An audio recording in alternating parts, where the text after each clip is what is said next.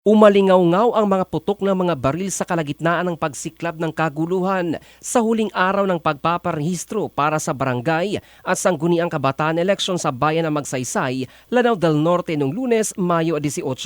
Naging magulo ang sitwasyon matapos umanong kwestiyonin ng ilang residente ang umano'y pagdagsa ng mga flying voter na nagtangkang magparehistro sa lugar.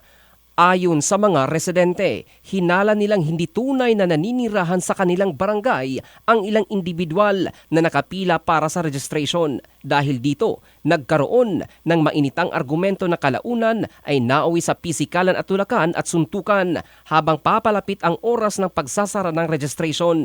Dahil sa mabilis na paglala ng tensyon, agad na rumesponde ang mga pulis upang pigilan ang kaguluhan.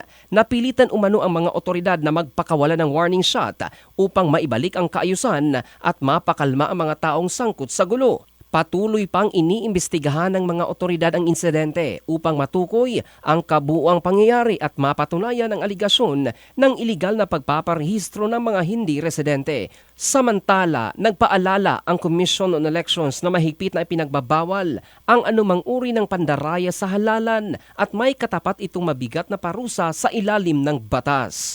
In the heart of changing lives, ito si Jofel Candado ng Brigada News Philippines, the Music and News Authority.